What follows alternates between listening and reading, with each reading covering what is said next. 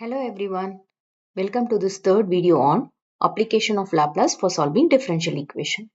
The first two videos covered differential equations where the partial fractions were of individual, non-repeated or distinct factors, and the second case where you had the factor to be of the format a square plus 1. So we used as plus b method to solve the differential equation. In this part 3 video, we will be seeing the third technique of partial fraction method to solve for the differential equation. Come on, we will move into the video. We have been asked to solve dy by dt minus y equal to 1 minus 2t and we have been given y of 0 is minus 1. Notice over here children that the derivative is just of dy by dt which is first order. So since it is first order, just one boundary condition or initial condition is sufficient to solve the differential equation. So, if the order is 2, we require 2 conditions. If the order is 1, we just need 1 condition to solve it. So, we will be following the 4-step method to solve the differential equation. The first method or the first step is apply Laplace transform to the differential equation on both sides. The second one, apply the initial conditions or the boundary condition which has been given to you in the Laplace transform quantity. Third step, compute the partial fraction for the given expression. Step number 4, to remove the effect of the applied Laplace transform, at last we apply the inverse Laplace transform to the partial fraction. On applying all these 4 steps, we will be getting the solution of the differential equation, which is nothing but y of t. Okay, so now let us get started with this problem, which is of first derivative. We will have to recollect the formula for first derivative as we apply our condition number 1, which is applying Laplace on both sides. Apply Laplace transforms on both sides of your differential equation. So this gives me Laplace of, how I can replace this differential equation as dy by dt can be written as y dash of t minus, this is a simple y with no derivative, hence it is a function of t, is 1 minus 2t. When you apply Laplace to both sides, you have Laplace of y dash of t minus Laplace of y of t equal to Laplace of 1 minus Laplace of 2t. So this is our expression. What we require over here in the first term is Laplace of y dash of t. Recollect the formula for your first derivative of Laplace. So we know that Laplace of y dash of t is s times Laplace of y of t minus y of 0. So this quantity gets replaced as s times Laplace of y of t minus y of 0. Now, this term doesn't have a derivative, hence it is retained as such. So you have Laplace of y of t. Now coming to my right hand side, what do we know about Laplace of 1? Laplace of 1 is nothing but 1 by s. In the second term, this minus sign of 2 is a constant. What we have is Laplace of t. What do we know about Laplace of t? Laplace of t is nothing but 1 by s square. So you have this constant to be attached. So you have it as 2 by s square. Hence, the first step of applying Laplace on both sides is complete. What is the second step? Apply the initial conditions which has been given to us. We call it as initial condition since it is estimated at t equal to 0. So what does our initial condition say? Initial condition says y of 0 is minus 1. Where is our y of 0?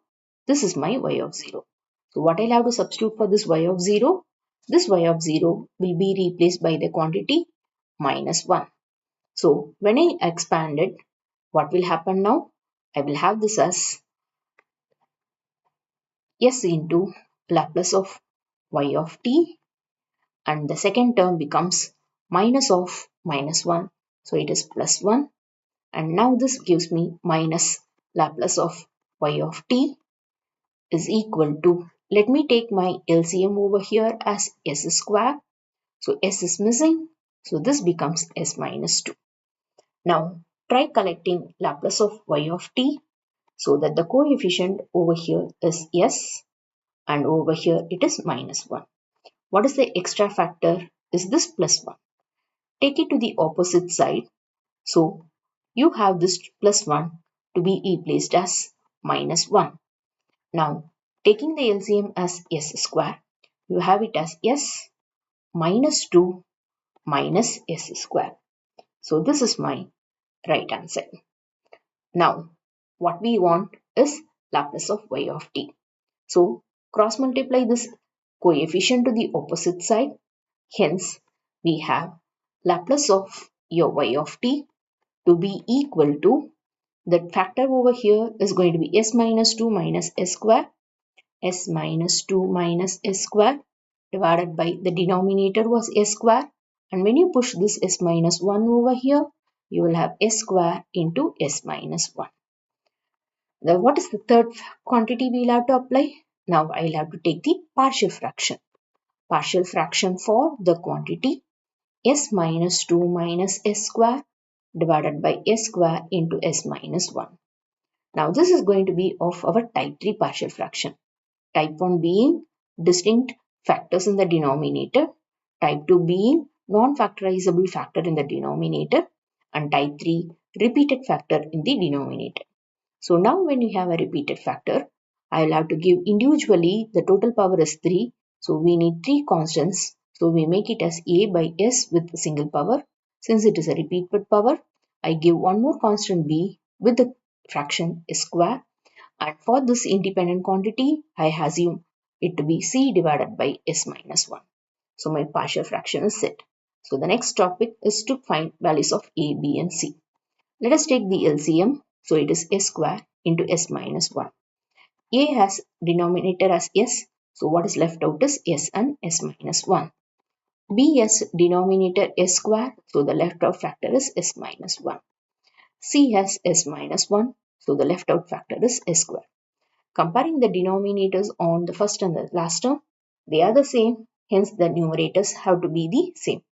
So I have s minus 2 minus s square to be equal to as into s minus 1, b into s minus 1 plus c into s square. Now the objective is to find the values of a, b and c. Now how to get this value of a, b and c? Just substitute the values of the factors. So in the first case, let me put the factor which is s. So when I put my s to be equal to 0 on both sides, I have 0 minus 2 minus 0 to be equal to s equal to 0. So this will vanish. S equal to 0. So this will vanish. I will have b into 0 minus 1. So I have minus 2 to be equal to minus b. Hence b is equal to 2. I have got the value for my b. So for the second case, let me go for the second case and compare what is going to be the factor. The factor is s minus 1. If I put s minus 1 as 0, I will have s to be equal to 1. So I substitute s is equal to 1 on both sides of my equation. So when I substitute s as 1, I have 1 minus 2 minus 1 square is 1.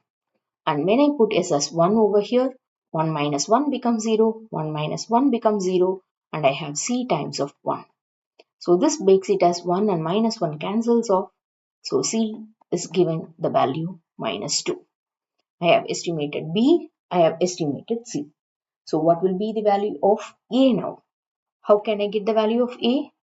Only two factors are there. So let us go for the comparison. Let us compare the coefficient of s square on both sides. When I compare the coefficient of s square on the left hand side, the coefficient is minus 1.